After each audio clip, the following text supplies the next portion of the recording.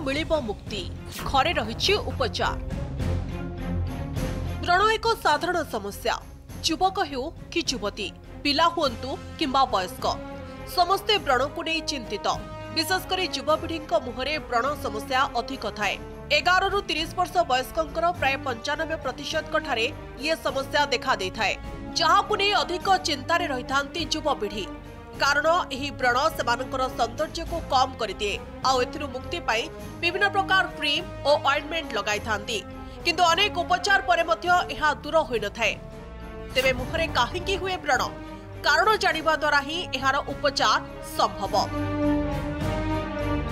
काहेकि हुए व्रण? हार्मोनाल कारणरू व्रण होइथाए। आंड्रोजेन हार्मोन व्रण कराई थाए। युवा बयस रे एही हार्मोन क्षरण होइथाए। त्वचा तेलिया हेबा सहित चर्म छिद्र बंद हो जाए।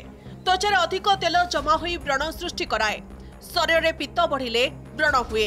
जंक फूड खाइले व्रण हेबा आशंका अधिक। अंडा, लुणी माछ, सुखुआ, ब्रॉयलर कुकुड़ा न खाइबा भल।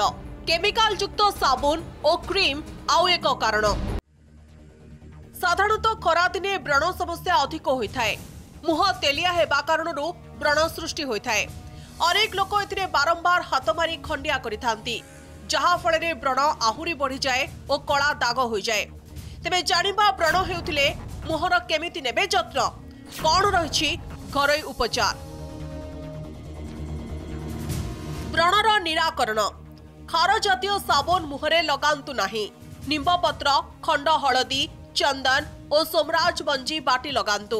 निंब पत्र एवं छेली को पानी रे सिझाई सेथिरे मुह धुअंतु। व्रणरे नख मारंतु नाही। केमिकल युक्त क्रीम व्यवहार करंतु नाही। फास्ट फूड, जंक फूड ठारू यथा संभव दूरे रुहंतु। नियमित व्यायाम करंतु। हमर आयुर्वेद रे सहज कथा मु कहिबी। हमर तो बहु शास्त्र मेडिसिन अछि। महर्षि चरक, सुश्रुत, बाग्भट्ट, भेल, माधवकर प्रभृति आम आयुर्वेद चिकित्सा शास्त्र रे चरक संहिता सुश्रुत संहिता लिखि जाइछन्ति। आमे जदि एई जो व्रणरू आरोग्य पई हमर कौलिया निंबपत्र, कंचा हलदी बा खंड हलदी बा चंदन को घोरिकी बा पाउडर करी सेतरे मिसेइबा एवं सोमराज मंजी मध्य सेतरे मिसेइले मिसेइकी ताको गोटे बाटी ताको गोटे लेप भलिया प्रस्तुत करी आमे जदि सकाळे संध्यारे लगाइबा आउ साबुन लगाइबा नहीं आउ निंब पत्र बा निंब छेली सिजा पानी रे मुह को धोइबा। या द्वारा कौन हम ना आमर रक्तटा परिष्कार हम आउ मुहरे जो व्रण टाइप देखा जाउछि बा एलर्जिक होउछि सेरा सब देखा देबो नहीं।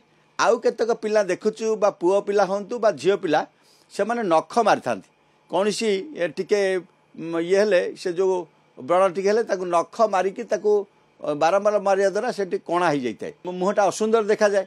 तेणु आमे सतर्क रहिबा। प्रतिदिन एथिपाई कि आमर जदि डाएट कंट्रोल एवं एक्सरसाइज करवा आमे मझिरे मझिरे ठंडा पानी रे मुहटा को धोइबा आवश्यक। ए खरा दिने तापरे खरा दिने आपण बाहर को गले मुंडरे मध्य कैप टाइप रो बा टोपी टाइप रो लगांतु। आ मझिरे मझिरे सुविधा देखि कि ठंडा पानीटा व्यवहार करंतु। आउ गोटे जिनस कहबी आमे जो ड्रेस पिंधुचे ताको सूता ड्रेस पिंधंतु। कहीं आमे अनेक समय से लुगापटा रे मुहरे मध्य घसी दउता।